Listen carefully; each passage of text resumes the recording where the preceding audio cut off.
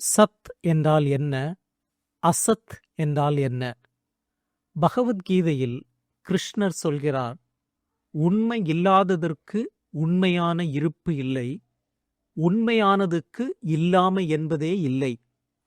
உண்மையை உணர்ந்த ஞானிகள் இந்த இரண்டை பற்றிய முடிவை அடைந்தனர். சத் என்றால் எப்போதும் உண்மையாக இருப்பது, மாறாதது, நிரந்தரமானது. அசத் என்றால் சத் இல்லாத அனைத்தும். சத் என்பது காலம், இடம், சூழ்நிலை ஆகியவற்றால் மாறாது. எப்போதும் உண்மையாக இருப்பதே சத். இடைவிடாமல் வருவதும் போவதுமாக இருப்பது சத் ஆகாது.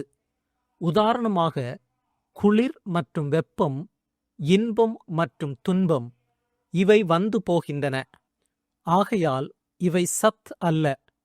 கனவும் அப்படித்தான். கனவு நேரத்தில் உண்மையாக தோன்றினாலும் அது நிரந்தரமாக இல்லை.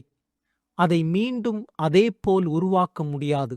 ஆகையால் அது அசத். சத் என்பது பிரம்மனின் நிலையான, மாறாத, தூய்மையான உண்மை. அது தானாகவே இருக்கிறது, வேறு எதையும் சார்ந்திருக்கவில்லை.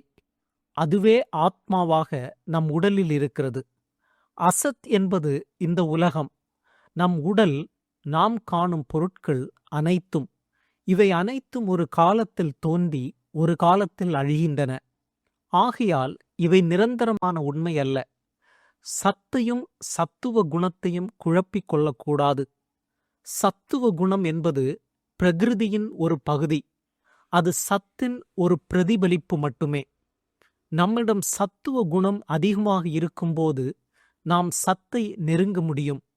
நாம் காணும் இந்த உலகம், கேட்கும் ஒலிகள், உணரும் உணர்வுகள் அனைத்தும் அசத்தே. இவை நம் மனதில் தோன்றும் நிழல்கள் போன்றவை. நம் மனம் மாறும்போது இவையும் மாறுகின்றன. இவை தோன்றி மறையும் தன்மை உடையவை. ஆனால் ஆத்மா மட்டும் மாறாதது. அது எப்போதும் இருக்கிறது. நாம் அதை உணர்ந்தாலும் சரி, உணராவிட்டாலும் சரி. ஞானிகள் தங்கள் மனதை கட்டுப்படுத்தி இந்த உலகத்தின் நிழல் போன்ற தோற்றங்களை கடந்து நிரந்தரமான சத்தை உணர்ந்தவர்களே. அவர்களுக்கு எது உண்மை, எது பொய் என்று புரியும். ஏனென்றால் எல்லாம் எப்படி தோன்றி மறைகின்றன என்பதை அவர்கள் அறிவார்கள். சத் என்பது பிரம்மன், ஆத்மா போன்ற நிரந்தரமான உண்மை. அசத் என்பது இந்த உலகம், உடல், பொருட்கள் போன்ற தோன்றி மறையும் அனைத்தும்.